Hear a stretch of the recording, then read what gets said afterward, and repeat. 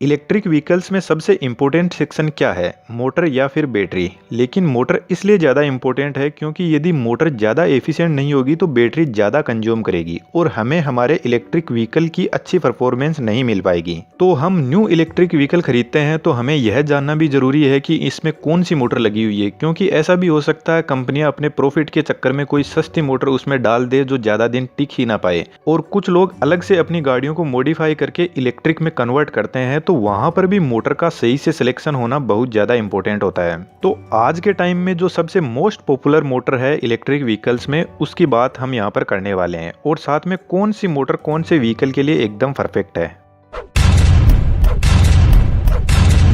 सबसे पहले नंबर पर है DC series motor. DC series motor की खास बात यह है कि यह हाई टॉर्क मोटर है और इस मोटर को कंट्रोल करना भी बहुत आसान है। बट इस मोटर को हम विदाउट लोड के तो स्टार्ट भी नहीं कर सकते, क्योंकि इस मोटर की नो लोड स्पीड बहुत ही ज्यादा डेंजरसली हाई होती है। इसलिए जितना ज़्यादा हो सके पहले हम इस पर लोड डालते हैं, फिर इसको स्टार्ट किया जाता है और जितना इस पर लोड डालते जाएंगे यह मोटर उतना ही ज़्यादा टॉर्क जनरेट करती है। इसलिए इस मोटर का पुराने टाइम में ट्रेन्स में यूज होता था 90s के टाइम में। अब आप कहोगे 90s के टाइम में तो इलेक्ट्रिक ट्रेन थी ही नहीं, पर ऐसा नहीं है, सभी ट्रेन्स इलेक्ट्रिक ही होती है। इंजन वाली ट्रेन में इलेक्ट्रिसिटी जनरेट करके फिर मोटर से ट्रेन को आगे बढ़ाया जाता है, डायरेक्टली इंजन ट्रेन को नहीं चलाता है। इस चीज को और ज्यादा अच्छे से समझने के लिए आप इस वाले वीडियो को देख सकते हो। तो ट्रेन में तो आपको पता है लोड की कोई कमी है ही नहीं, तो यह मोटर ट्रेन के लोड के हिसाब से एकदम परफेक्ट है। लेकिन आज के टाइम में इसको ट्रेन में भी यूज नहीं किया जाता है, क्योंकि इस मोटर का मेंटेनेंस बहुत ज्यादा है। इसमें कम्यूटेटर और बर्स लगे रहते हैं और उनको बार बार मेंटेन करना पड़ता है। इसलिए आज के टाइम में ट्रेन में भी अलग मोटर यूज में होती है, जिसकी अपन आगे बात करेंगे। क्रेन्स में भी इसी मोटर को यूज में किया जाता है, जिनमें लोड बहुत ज्यादा हाई होता है। तो स्पेशली ये मोटर हाई लोड एप्लीकेशंस के लिए एकदम परफेक्ट है। तो यार प्रेजेंट टाइम में इस मोटर के कम ही एप्लीकेशंस है और खासकर इलेक्ट्रिक व्हीकल्स के लिए ये मोटर बेस्ट नहीं है, क्योंकि इसकी एफिशिएंसी 85% के आसपास में होती है। फिर भी आपको कोई ऐसा व्हीकल चाहिए जो सुपर फास्ट और हाई टॉर्क हो, तो आप इस मोटर को यूज में ले सकते हो। नंबर 2 पर है ब्रशलेस डीसी मोटर। आज के टाइम में इलेक्ट्रिक व्हीकल में सबसे ज्यादा पॉपुलर मोटर यही है और खास बात इसकी यह है कि यह मेंटेनेंस फ्री मोटर है, क्योंकि इसमें कम्यूटेटर और बर्स यूज नहीं होते। वर्किंग इस मोटर की आप इस वीडियो से देख सकते हो।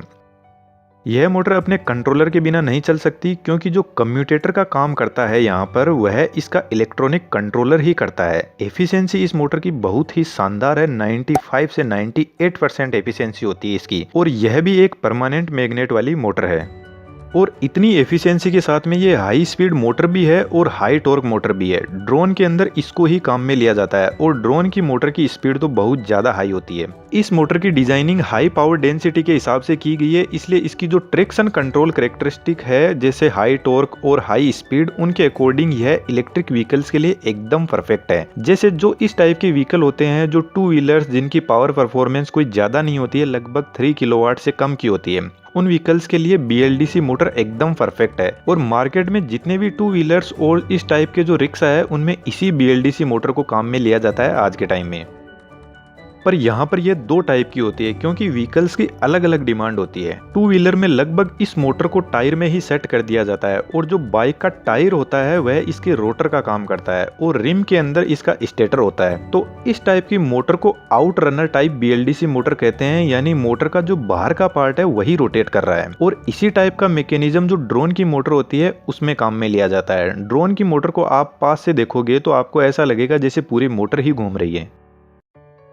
और दूसरे टाइप की जो मोटर है यह कुछ इस टाइप की होती है। जो इलेक्ट्रिक रिक्शा होते हैं इस टाइप वाले, उनमें इसी मोटर को काम में लिया जाता है। और जो लोग अपनी गाड़ी या बाइक को अलग से मॉडिफाई करते हैं कुछ इस तरीके से, तो वह लोग भी इस टाइप की BLDC मोटर को ही काम में लेते हैं, जिसमें रोटर अंदर की तरफ होता है और इस मोटर को इन रनर टाइप BLDC मोटर बोलते हैं। तो बहुत ज्यादा पावर परफॉर्मेंस का आपका व्हीकल नहीं है तो उसके लिए यह मोटर एकदम परफेक्ट है। नंबर 3 पर जो मोटर है उसका नाम है परमानेंट मैग्नेट सिंक्रोनस मोटर। यह मोटर भी ब्रशलेस डीसी मोटर की तरह ही है। इसके रोटर पर भी परमानेंट मैग्नेट लगी होती है। मैं आपको ज्यादा कंफ्यूज नहीं करूंगा मोटर की वर्किंग को लेकर, क्योंकि मोटर की वर्किंग अपन किसी अलग वीडियो में डिस्कस करेंगे, क्योंकि यह एक बहुत ही एडवांस मोटर है जिसका यूज हाइब्रिड इलेक्ट्रिक व्हीकल्स में किया जाता है। इस मोटर की एफिशिएंसी 92 से 97% तक होती है। ट्रैक्शन कंट्रोल भी इस मोटर का बहुत ही शानदार है, जैसे high power density, high torque, high efficiency. इसलिए इस मोटर का यूज जो हाइब्रिड व्हीकल जैसे कार, बस, इनमें किया जाता है। और कार के अंदर भी जो टॉप ब्रांड है उनमें यूज किया जाता है, जैसे BMW, फोर्ड के इलेक्ट्रिक व्हीकल्स में, क्योंकि यह मोटर सबसे ज्यादा कॉस्टली भी है। Now the last and most popular motor, इसके बिना तो ऐसे समझ लो मोटर इंडस्ट्री ही अधूरी है। And the name of this motor is 3 phase induction motor. ऊपर की तरफ हमने जो तीनों मोटर के बारे में बात की है उनमें परमानेंट मैग्नेट लगी हुई है, तो उनको कंट्रोल करना आसान है। और वैसे भी जो डीसी मोटर होती है उसको कंट्रोल करना एसी मोटर से बहुत आसान होता है। वैसे 3 फेज इंडक्शन मोटर को कंट्रोल करना भी आसान ही होता है, लेकिन सिर्फ नॉर्मल कंडीशन में। यदि हमने मोटर को स्विच ऑन और ऑफ किया है, बस इतना कंट्रोल ही इसका आसान है। और स्विच ऑन ऑफ की यह जो नॉर्मल प्रोसेस है, इसमें मोटर का टॉर्क बहुत ज्यादा नहीं होता है, बस ठीक ठाक होता है। पर जो डीसी मोटर होती है उनसे कम होता है। पर हमें तो इलेक्ट्रिक व्हीकल में स्पीड और टॉर्क को कंट्रोल करना है, तभी हम अपने व्हीकल को अपने अकॉर्डिंग यूज कर पाएंगे। तो इसकी स्पीड और टॉर्क को कंट्रोल करने के लिए हमें एक कॉम्प्लेक्स इलेक्ट्रॉनिक सर्किट चाहिए, जिसको हम इन्वर्टर बोलते हैं, जिसमें वोल्टेज और फ्रीक्वेंसी को अलग अलग कंट्रोल करके हम अपने हिसाब से इस मोटर का स्टार्टिंग टॉर्क को बढ़ा सकते हैं और इसकी स्पीड को भी कंट्रोल कर सकते हैं।